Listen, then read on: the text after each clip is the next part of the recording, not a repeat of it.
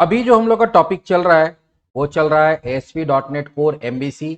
और इसके अंदर हम लोग डिस्कस कर रहे थे डिपेंडेंसी इंजेक्शन का। और पिछले क्लास हम लोगों ने जो बेसिक डिपेंडेंसी इंजेक्शन के बारे में होता है कि कभी भी डिपेंडेंसी इंजेक्शन होता क्या है, उसको कैसे इंप्लीमेंट कर सकते हैं, उसका जरूरत क्या है, नीड क्या है, वो सारा कुछ देख लेते और एक बेसिक प्रोग्राम बना के देख लेते कि कैसे हम लोग एक ऑब्जेक्ट को डिपेंडेंसी कंटेनर के अंदर डालते हैं एज अ सर्विस, और उसको आप कैसे हर कंट्रोलर या व्यू के अंदर आप रिसीव करके उसको यूज कर सकते हैं। इससे बेनिफिट क्या होता है कि आपको उस पर्टिकुलर सर्विस का ऑब्जेक्ट हर कंट्रोलर या व्यू के अंदर बनाने का जरूरत नहीं पड़ता है, वो बाहर से आप क्या कर सकते हो, उसको इंजेक्ट कर सकते हैं। लेकिन अब अगला क्वेश्चन ये है कि जब हम सम अप कर रहे थे पिछला दिन, हम लोग पिछला लेक्चर को जब हम लोग खत्म कर रहे थे तो वहां पे बताए थे कि जो इंजेक्ट करने का तरीका वो अलग अलग हो सकता है। जैसे यहां पर अगर देखोगे तो इंजेक्शन किसके थ्रू हो रहा है, कंस्ट्रक्टर के थ्रू हो रहा है। लेकिन ये इंजेक्शन और भी तरीके से हो सकता है, तो सबका कुछ अपना बेनिफिट है, सबका कुछ अपना ड्रॉबैक्स है।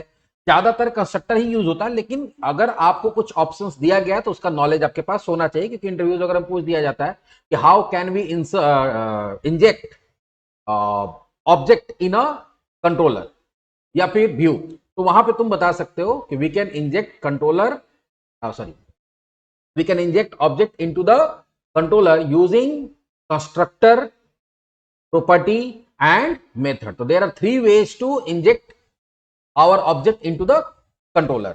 First क्या है, कंस्ट्रक्टर इंजेक्शन, सेकंड क्या है, प्रॉपर्टी इंजेक्शन, थर्ड क्या है, मेथड इंजेक्शन। जनरली जो सबसे स्टैंडर्ड माना जाता है वो माना जाता है कंस्ट्रक्टर इंजेक्शन। तो type of injection refer to the different way in which dependencies are provided injected into the class. तो टाइप ऑफ इंजेक्शन का मतलब वही है कि कौन कौन सा तरीका है जिससे डिपेंडेंसी हम लोग इंजेक्ट करते हैं किसी भी क्लास के अंदर। ठीक है, in software application class often depend on another class to perform its work. हम लोग देखें कि एक क्लास दूसरे क्लास पे डिपेंडेंट होता है, उसका ऑब्जेक्ट बनाना पड़ता है। तो हम लोग ऑब्जेक्ट ना बना के हम लोग क्या कर सकते हैं, उसको इंजेक्ट कर सकते हैं बाहर से। जैसे हम लोग यहाँ पे ASP.NET में कैसे इंजेक्ट करते हैं, ASP.NEट में इंजेक्ट करते हैं हम लोग थ्रू द मिडिलवेयर program.cs। वहां से हम लोग ऑब्जेक्ट बना के कंटेनर के अंदर डालते हैं, और फिर तुम अपने व्यू के अंदर या कंट्रोलर के अंदर तुम उसको इंजेक्ट कर सकते हो। लेकिन इंजेक्ट व्यू के अंदर या कंट्रोलर के अंदर कैसे कर सकते हैं, तो उसके लिए होता है कंस्ट्रक्टर इंजेक्शन।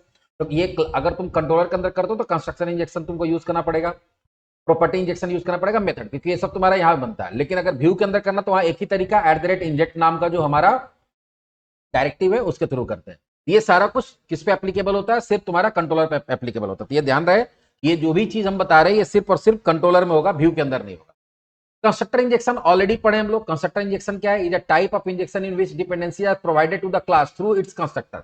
जो भी डिपेंडेंसी दिया जाएगा वो कंस्ट्रक्टर के थ्रू दिया जाता है। The dependency become mandatory for class. और वहां पे क्या होता है कि अगर कंस्ट्रक्टर में है तो जब भी ये मैंडेटरी हो जाता है कि मेरे क्लास का ऑब्जेक्ट बनेगा, तो अगर ऑब्जेक्ट बनेगा तो कंस्ट्रक्टर कॉल होगा, कंस्ट्रक्टर कॉल होगा तो इंजेक्शन होगा ही होगा। ये मैंडेटरी होता है, कंपलसरी होता है। इस लाइन का मतलब समझ लो कि कोई भी क्लास है तो कोई भी क्लास का एक कंस्ट्रक्टर होता है। मान लो कंट्रोलर है तो कंट्रोलर का अपना कंस्ट्रक्टर में अगर ले रहे हैं तो कभी भी जब रिक्वेस्ट आएगा इस कंट्रोलर के लिए तो कंट्रोलर का ऑब्जेक्ट बनेगा। और हम लोग पढ़े हैं कि कभी भी क्लास का ऑब्जेक्ट बनता है तो उसका कंस्ट्रक्टर कॉल होता है, मतलब कि इंजेक्शन होगा ही होगा।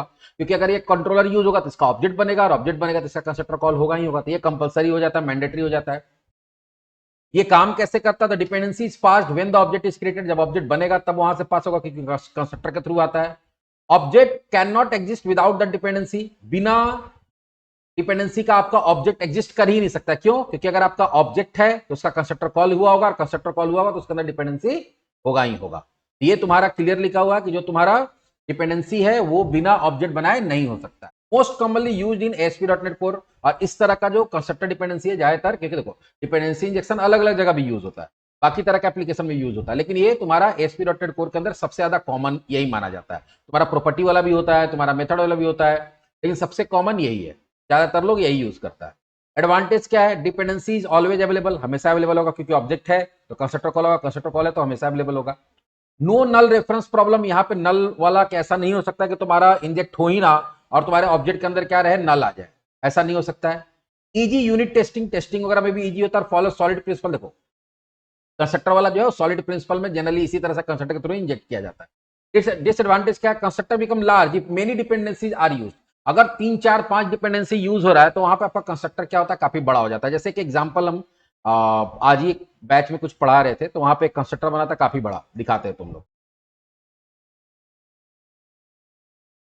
तो अगर 3 4 5 डिपेंडेंसी होगा तो कंस्ट्रक्टर का साइज बड़ा हो जाएगा, नॉर्मल है। फ्रॉम्स एस्पिनेट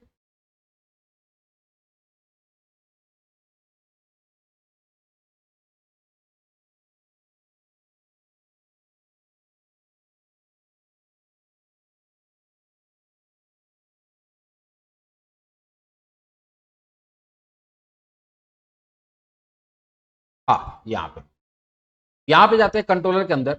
ऑथ कंट्रोलर यहाँ पे बनाए हुए, यहाँ पे देखो क्या है कि ये 2 3 ऑब्जेक्ट को अपने अंदर ले रहा है। जैसे ये यूजर मैनेजर को इंजेक्ट कर रहा है, साइन इन मैनेजर को कर रहा है, आई टोकन सर्विस को कर रहा था। देखो यहाँ तीनों के लिए क्या बनाना पड़ेगा, तीनों के लिए तीनों को यहाँ एज ए पैरामीटर पास करना पड़ेगा। तो ये कंस्ट्रक्टर थोड़ा क्या हो गया, काफी लार्ज हो गया। ये प्रॉब्लम हो सकता है, तो ये इसका डिसएडवांटेज, इसका कोई मतलब नहीं है। इसको करना बहुत ईजी है। आपको सबसे पहले क्या करना पड़ता है, जो हम लोग ऑलरेडी करते हैं, कि जिस भी सर्विस को आपको रिसीव करना है उसका यहां पे इंटरफेस का एक रेफरेंस टाइप वेरिएबल हम लोग डिक्लेयर करेंगे। कहां पे, क्लास के अंदर। फिर हम लोग क्या बनाएंगे, यहां पे बनाएंगे एक कंस्ट्रक्टर, और कंस्ट्रक्टर के अंदर उसी इंटरफेस का एक रेफरेंस टाइप वेरिएबल बना देंगे। तो जब इसका ऑब्जेक्ट बनेगा तो यहां पे उसका एड्रेस भेजा जाएगा और वो जाके कहां स्टोर हो जाएगा, यहां स्टोर हो जाएगा। अब इसको तुम थ्रू आउट द क्लास कहीं पे भी यूज कर सकते हो। तो ये हम लोग ऑलरेडी किए हुए हैं और करते आए हैं। अगर आप पीछे देखे होंगे तो हम लोग जब डीबी कॉन्टेक्स्ट का ऑब्जेक्ट रिसीव करते हैं, या फिर यूजर मैनेजर का रिसीव करते हैं, या फिर तुम्हारा साइन इन मैनेजर का रिसीव किए पहले हम लोग, तो सारा कुछ कंस्ट्रक्टर इंजेक्शन से ही किए हैं। हम लोग को जो नया यहां सीखना है वो है प्रॉपर्टी इंजेक्शन, और दूसरा हमको क्या सीखना है, हम लोग को कि प्रॉपर्टी इंजेक्शन सीखना है, और दूसरा क्या है, मेथड इंजेक्शन। चलो प्रॉपर्टी इंजेक्शन देखते हैं। Property injection is type of injection in which dependencies are provided through the public property of a class. वहां पे आपको एक पब्लिक प्रॉपर्टी बनाना होगा और उससे उसको इंजेक्ट करना होगा। द डिपेंडेंसी इज ऑप्शनल, इस तरह का डिपेंडेंसी ऑप्शनल होता है। जनरली आप यूज कर सकते हैं, नहीं कर सकते, कोई कंपलसरी नहीं है। तो यहां क्या लिखा हुआ, यूजफुल फॉर ऑप्शनल डिपेंडेंसी। मतलब कोई ऐसा डिपेंडेंसी जिसको हर कंट्रोलर के अंदर आपको जरूरत नहीं पड़ता है, कुछ कुछ कंट्रोलर में ही जरूरत पड़ता है। तो वहां पर हम लोग क्या कर सकते हैं कि जरूरत है तो करेंगे, नहीं तो नहीं करेंगे, तो वहां पे रजिस्टर कर देंगे, और जहां मन होगा वहां प्रॉपर्टी में ले लेंगे, नहीं तो नहीं लेंगे। सिंपल टू इंप्लीमेंट, इसको इंप्लीमेंट करना सिंपल होता है।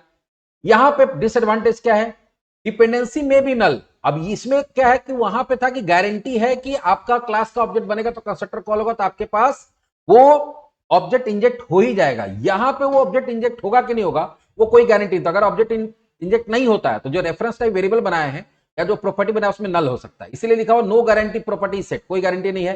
हार्ड टू टेस्ट करने में भी दिक्कत होता है, और बोला जाता है कि ASP.NET कोर के अंदर इसको रिकमेंड नहीं किया गया। लेकिन अगर आप यूज करना चाहते हैं तो कर सकते हैं। कैसे कर सकते हैं, चलो देखते हैं। अभी हम लोग चलते हैं होम कंट्रोलर के अंदर। होम कंट्रोलर के अंदर यहाँ पे हमारा क्या है, कंस्ट्रक्टर है। अभी इसको क्या करते हैं, कंस्ट्रक्टर वाले को हम लोग कमेंट में डाल देते हैं। तो मतलब हमारा कंस्ट्रक्टर इंजेक्शन नहीं हो रहा है, हमको करना प्रॉपर्टी इंजेक्शन। तो प्रॉपर्टी इंजेक्शन करने के लिए एक एट्रीब्यूट यूज करना पड़ता है, फ्रॉम सर्विसेज। फ्रॉम सर्विसेज एक ऐसा एट्रीब्यूट है, अच्छा उसको नीचे लिखेंगे, जो बताता है कि जो सर्विस हम लोग रजिस्टर किए वहां से कुछ आएगा। क्या आएगा, हम लोग यहाँ पे एक प्रॉपर्टी बना रहे हैं, वहां से उस फ्रॉम सर्विसेज में जाइए। फ्रॉम सर्विसेज क्या है, तुम्हारा DI कंटेनर है, वहां से एक रेफरेंस लेके आना और उसको स्टोर करना। कहां स्टोर करना, तो पब्लिक आई ग्रीटिंग सर्विसेज का ग्रीटिंग सर्विसेज, और ये प्रॉपर्टी इसलिए गेटर सेटर होगा, पब्लिक प्रॉपर्टी होता है। अब होगा क्या कि जैसे ही ये मेरा ऑब्जेक्ट बनेगा, तो कोई भी क्लास का ऑब्जेक्ट बनता है तो उसका क्या होता है, प्रॉपर्टी का एक कॉपी उस ऑब्जेक्ट के अंदर जाता है। तो जैसे ही जाएगा तो जाते समय क्या करेगा, वो सर्विसेज में जहां रजिस्टर करें वहां जाएगा और देखेगा कि आई ग्रीटिंग सर्विसेज से इनहेरिटेड कोई क्लास का ऑब्जेक्ट रजिस्टर्ड है या नहीं है। अगर वहां पे रजिस्टर्ड है तो उसका रेफरेंस उठाएगा और इसके अंदर डाल देगा। अब इसके अंदर डाल दिया तो अब ये तो प्रॉपर्टी क्लास स्कोप में, तो हम उसको यहां पे भी यूज कर सकते हैं और कहीं पे भी यूज कर सकते हैं। चलो देखते हैं कि अभी हमारा ये प्रोग्राम रन करता है कि नहीं रन, और हमको मैसेज मिलता है कि नहीं मिलता।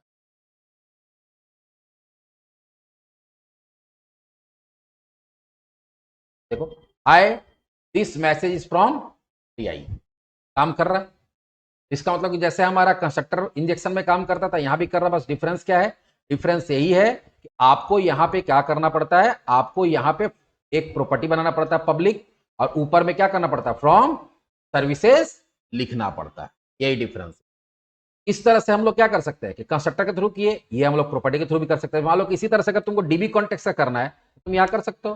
मान लो अगर DB कॉन्टेक्स्ट का ऑब्जेक्ट तुम्हारा है इस तरह से कि एप्लीकेशन, अभी तो है नहीं, लेकिन मान लो कि तुमको करना था, तुम ऐसे भी कर सकते हो। तो कंस्ट्रक्टर के थ्रू ना करके ऐसे कर सकते हो, एप्लीकेशन डीबी कॉन्टेक्स्ट का कॉन्टेक्स्ट और यहाँ पे गेट और सेट ऐसे दे सकते हैं। अगर तुमको user manager sign in manager का करना है तो जो हम लोग कंस्ट्रक्टर के थ्रू ना करके क्या कर सकते हैं, यूजर मैनेजर, यहाँ पे जो भी मान लो यूजर दे देते हैं, ऐसी सब सिर्फ समझने के लिए, यहाँ यूजर मैनेजर और यहाँ गेट और, तो जो काम आप कंस्ट्रक्टर के थ्रू करते थे वो काम यहाँ पे ऐसे भी कर सकते हैं।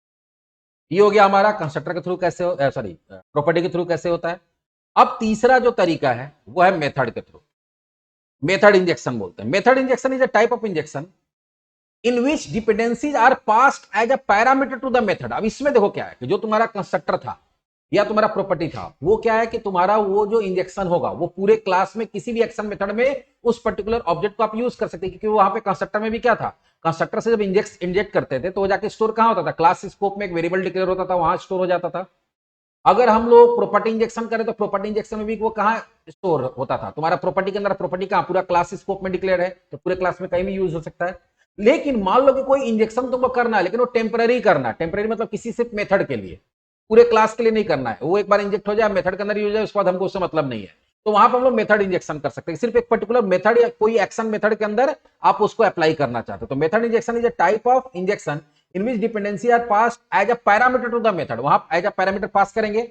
अब पैरामीटर के अंदर कोई भी वेरिएबल होता है तो अगर आपको कॉन्सेप्ट पता होगा उसका, तो कोई भी मेथड के अंदर जो एज अ पैरामीटर के अंदर अगर कोई वेरिएबल डिक्लेयर होता है तो वो सिर्फ उस फंक्शन के लिए ही होता है, जैसे फंक्शन खत्म होता है वो डिलीट हो जाता है।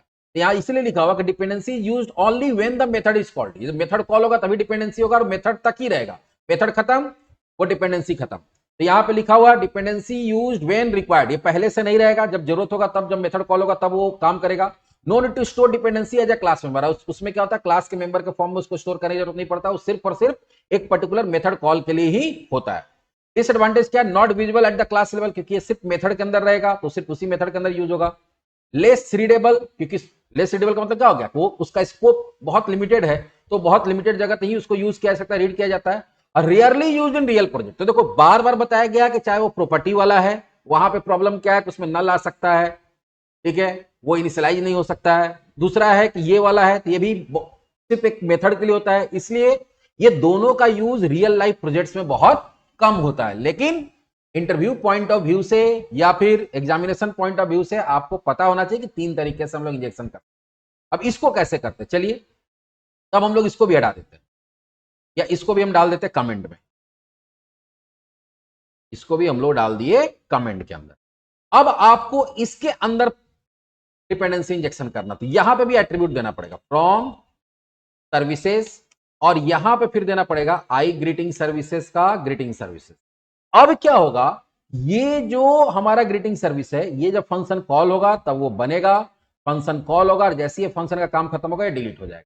तो मेथड के अंदर क्या करना है, कोई भी मेथड के अंदर आप फ्रॉम सर्विसेज एट्रीब्यूट देके और यहाँ पे वही इंटरफेस का एक रेफरेंस टाइप वेरिएबल बना देंगे, वहां से ऑब्जेक्ट आएगा, इसके अंदर स्टोर होगा, यहाँ काम होगा, व्यू रिटर्न करेगा और ये ऑब्जेक्ट डिलीट हो जाएगा। जबकि ये जो बना रहता है, ये जो बना रहता है वो तब तक रहता है जब तक कि बाकी भी आपका एक्शन मेथड कॉल हो रहा है, और इसको तुम बाकी एक्शन मेथड के अंदर भी यूज कर सकते हो, लेकिन ये वाला चीज को सिर्फ इसी एक्शन मेथड के अंदर यूज कर सकते हो, इसके बाहर यूज नहीं कर सकते।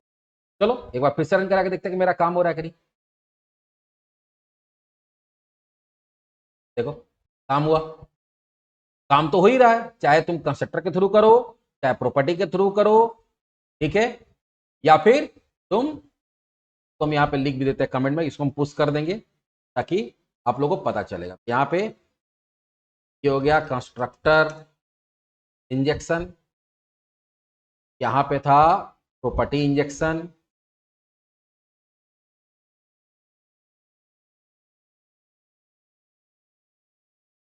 और यहां पे हो रहा है मेथड इंजेक्शन। ये तीन तरीके से हम लोग इंजेक्ट कर सकते हैं। तो पहले तो देखिए कि डिपेंडेंसी इंजेक्शन क्या है, पहला लेक्चर में उसका नीड क्या है, उसको कैसे करते हैं, उसके लिए क्या क्या स्टेप्स लेना पड़ता है वो। दूसरा देख लीजिए कि ठीक है अब आप कंटेनर के अंदर रजिस्टर कर दिए, टीआई कंटेनर के अंदर, अब उसको अपने कंट्रोलर के अंदर कैसे कैसे ला सकते हैं। तो कंट्रोलर के अंदर तीन तरीके से ला सकते हैं, प्रॉपर्टी, मेथड या कंस्ट्रक्टर। रियल लाइफ प्रोजेक्ट्स में जो यूज होता है, अगर कोई पूछे कि सबसे ज्यादा कॉमनली यूज्ड कौन है तो कंस्ट्रक्टर होता है, क्योंकि सबसे ज्यादा वही यूज होता है। ये सब जो है ऑप्शनल है, हो सकता है अगर जरूरत है तो होगा, नहीं जरूरत है तो नहीं होगा, आपको जनरली करना भी नहीं चाहिए। ये हम लोग एक और लेक्चर देख लिए, एक लेक्चर और बचा है जिसमें हम लोग ट्रांजिएंट, स्कोप्ड और सिंगलटन का बात करेंगे। इस वीडियो को इतना ही रखते हैं, हर टॉपिक का अलग अलग करेंगे। एक वीडियो और आएगा तुम्हारा इसके ऊपर, डीआई के ऊपर, जिसके अंदर हम लोग क्या देखेंगे, जिसके अंदर हम लोग वो जो 3 ऑप्शंस है, जब हम लोग रजिस्टर करते हैं तो एज अ ट्रांजिएंट कर सकते हैं, स्कोप कर सकते हैं और सिंगलटन कर सकते हैं, तो उसको हम लोग डिटेल में देखेंगे। चलो मिलते हैं नेक्स्ट वीडियो में।